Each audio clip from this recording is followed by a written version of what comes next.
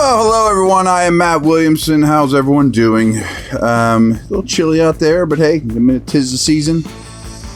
We are going to talk about when the Steelers have the ball against this really bad Cardinals defense that really doesn't have very many good players, or hardly any, other than Budda Baker, to be honest with you. But there's a lot of encouraging Steeler trends that I want you to focus on. So the Steelers average 4.9 yards per play. That's bad.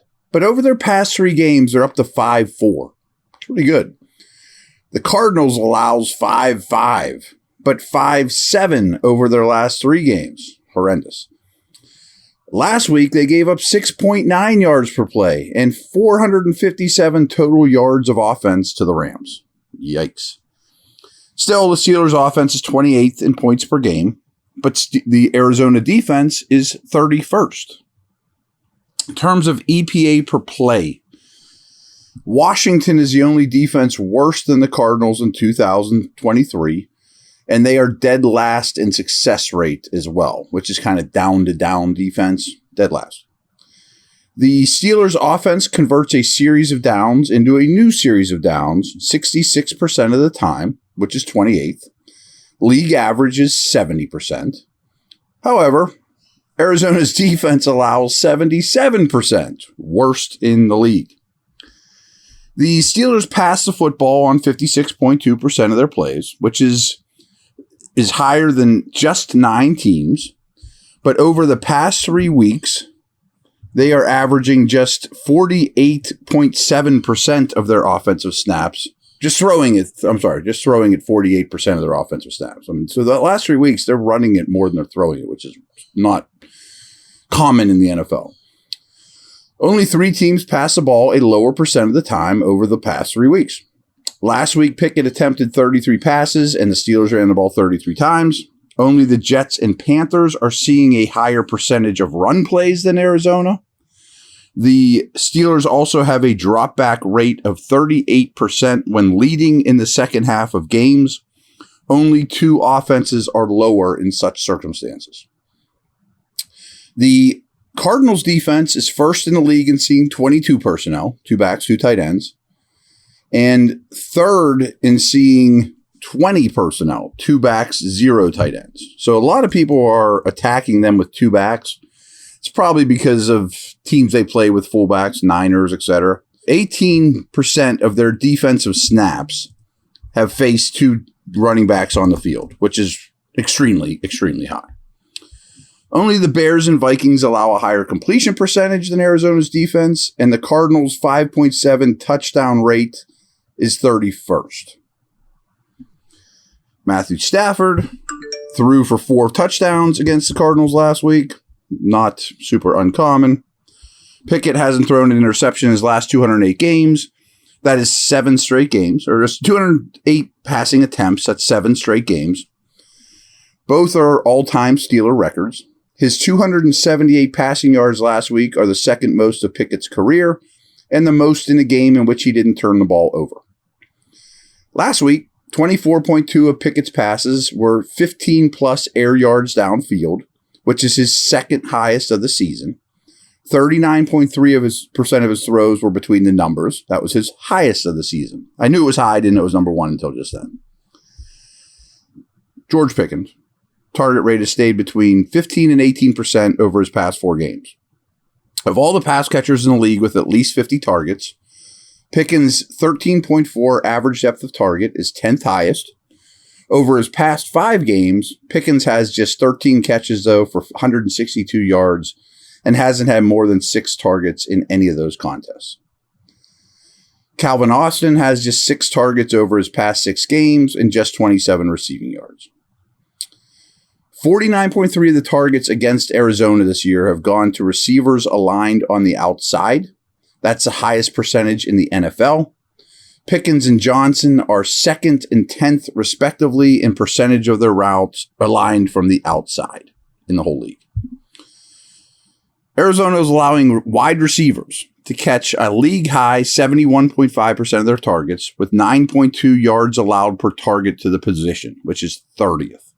The Cardinals also have allowed wide receivers to catch a league-high 55.6 of their passes 20 or plus yards downfield. I don't know if you need to, but Pickens and Johnson have great matchups, especially Pickens downfield.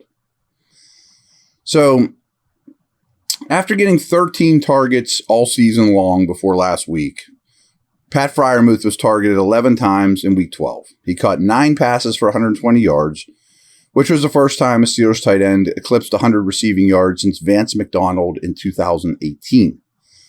Freiermuth's previous high was 85 receiving yards. He was targeted on 44% of his routes against the Bengals compared to 7.7 the week before. He received 1/3 of the Steelers' total targets against Cincinnati. He averaged a whopping 4.8 yards per route run, the highest of any tight end that received 10 or more snaps in Week 12. Just monster numbers, as he's just backing that up. The Steelers have attempted 61 play-action passes this year, but 9 of them came on Sunday against Cincinnati. Gotta like that.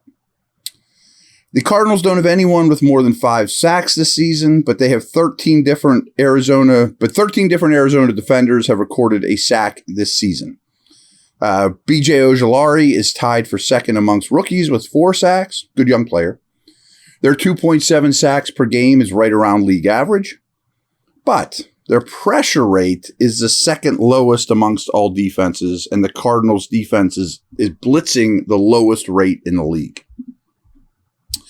Their average time to throw that they see the defense is the 6th highest in the league. So teams have been able to hold the ball against this team. Quick break, a little drink of water for me, and we'll talk run game.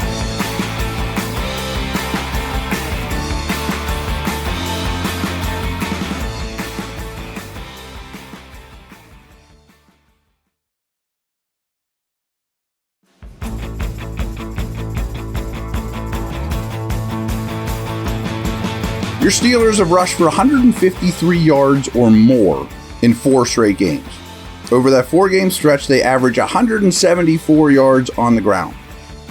The Rams gashed these guys for 228 in Arizona last week, 226 of them coming from the running back position. Arizona now gives up an average of 151.4 rushing yards per game just to the running back position, second worst in the league. Over the past 3 games, they came 1 yard short, and Harris ended up with 99 yards last week, of having 3 consecutive individual 100-yard rushing games. Warren did receive his largest share of design carries last week, getting 46% of the rushes. So of all running backs with at least 50 carries, Warren's 5.8 yards per carry not only is first in the league, but well ahead of Kyron Williams, who's next at 5.3. It's a whole half yard more. His explosive run rate is only behind Tajay Spears. Harris is 4th in this metric, explosive run rate. The Steelers are now 2nd in the league behind Denver in explosive run rate overall. Warren is also 1st in yards after contact per attempt, and Harris is 17th. Harris has 75 plus scrimmage yards and a rushing touchdown in 3 of his past 4 games. Warren has 110 plus scrimmage yards in 3 of his past 4 games. Pretty dominant stuff. Pittsburgh's red zone efficiency is only better than 4 teams, and over the past 3 games, they're at 37.5%. So for the season, they're at 43.5, which is 5th worst. But over the last 3 games, they're noticeably even worse. This is interesting to me. Only the Commanders and Jaguars give up more second half points per game than Arizona. And over the past 3 games, the Cardinals are last allowed in the first half of games. But only the Giants and Patriots are producing fewer first half points than the Steelers this year. Lastly, kind of sums it up with this Cardinals team that's pretty horrible. They give up a league-high 2.45 points per drive. So every time you get a drive, you get 2.5 points out of it against this team. It's the worst in the league. I expect the Steelers offense to feast and really control this football game. So, all right, take care. Over and out.